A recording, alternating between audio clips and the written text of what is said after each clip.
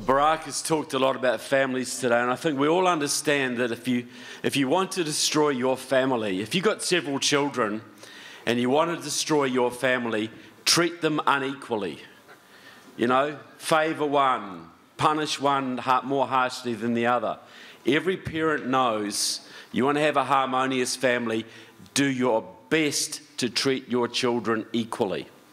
Now, the American nation was the first country in the world that wasn't really, maybe Switzerland before that, but it was the first country in the world that wasn't founded out of an ethnic group or a religious group. It was founded on an idea of liberty. And it welcomed all to this country who subscribed to that belief, because it treated all of its children equally under the law. Now, we all know that was imperfect. We all know it didn't work that way practically all the time, but that was the idea that America was founded on, which is why America prospered and America did better than any other nation ever has.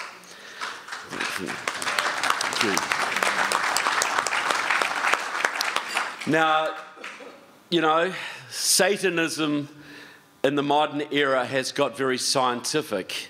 And one of the great theoreticians of Satanism, Joseph Stalin, came up with an idea of how to destroy a Western society, how to destroy any society. And you can see it, you know, it's based on the family. And he called it the nationalities question. It was the idea that if you wanted to start a revolution within a foreign country, one that you wanted to take over, you would find ethnic groups or religious groups within that country and encourage them to form, you know, encourage their grievances and to get them to form their own government within the country, to break away, to form a revolutionary movement within the country.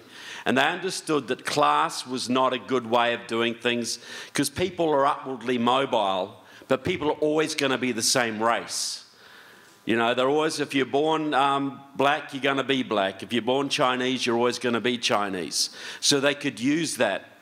So this was very developed in the early days of the century. They tried to consciously build a black republic in the southern states. The communists worked in the southern states to form a black republic to eventually split it away from the United States to weaken this country.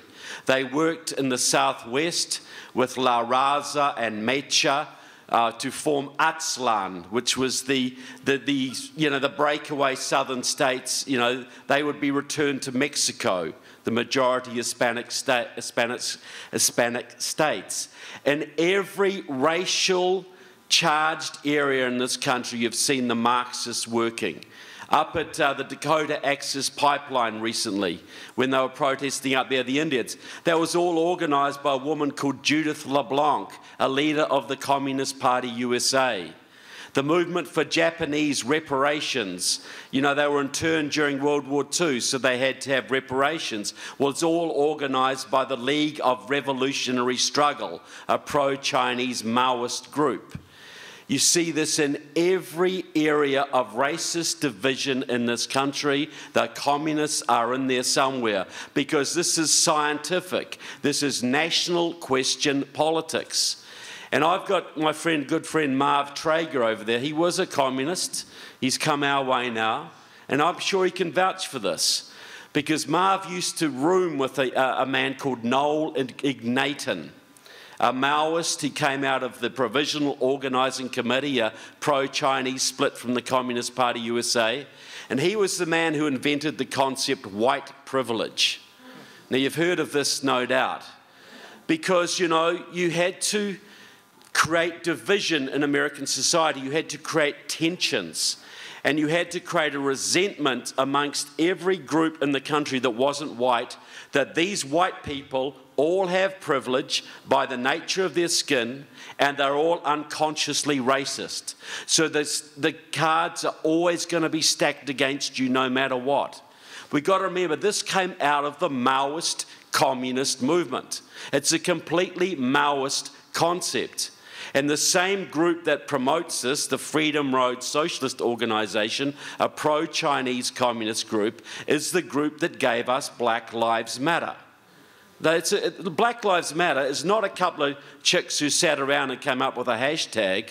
It's the creation of a Marxist, Leninist, communist group to create racial tension in this country. Just as you see all these Confederate statues being ripped down in the southern states, that is done by the Workers' World Party, which supports North Korea and Iran and Cuba. And they are the ones doing this to deliberately ramp up racial tensions. You know, you talk about Cesar Chavez and Dolores Huerta and all these people.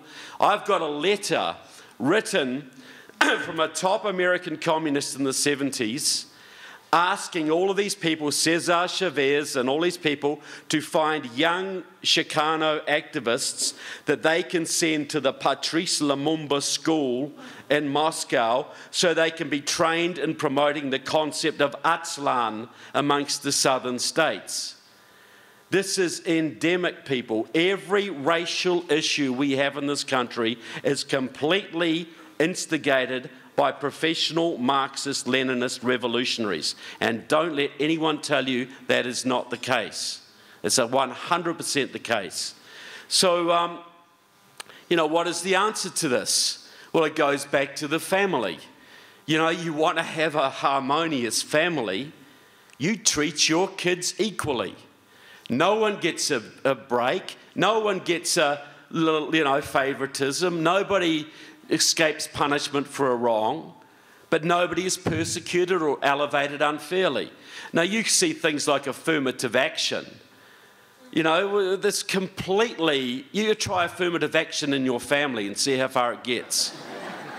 You know, little Jimmy's not doing very well at school, so you just give him an extra holiday or give him a reward because he's not doing very well at school. Well, how's Martha going to feel about that, who works really, really hard and gets good grades? So affirmative action is a Marxist concept. Hate speech legislation comes out of the Maoist movement. These are Maoists that gave you this. Because, you know, if you can say somebody who criticises, say, affirmative action, well, you're a hater, you don't like minorities. And so you've got the whole country tied up in knots, you know, over the racial issue or various aspects of it, and every element of it is Marxist-Leninist driven. It's completely done that way. So what do you got to do? Treat the family of America like you treat your kids. All racial legislation must go. Every single scrap of it.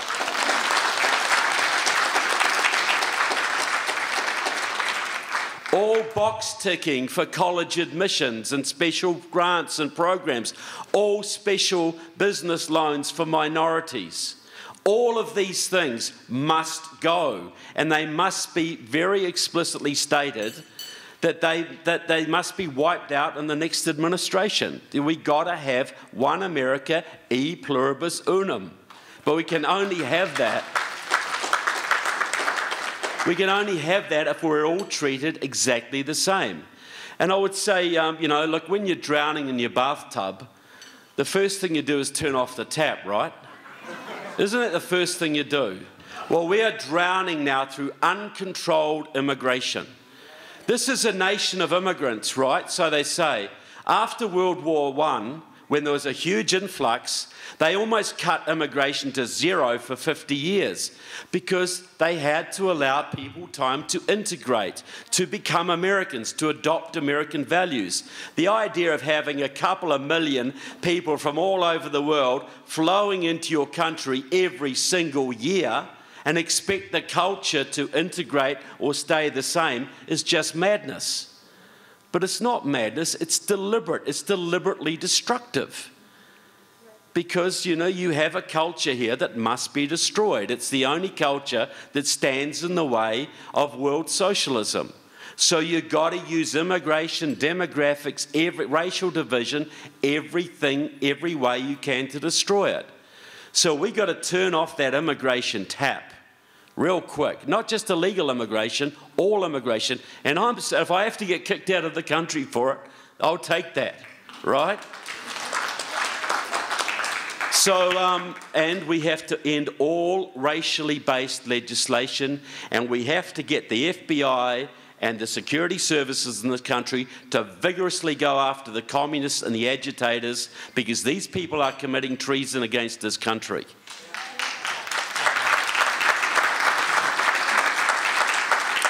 So I just want to say thank you very much. I'm proud to be part of the E Pluribus Unum. It's great to be amongst you all and great to be amongst patriots. Thank you.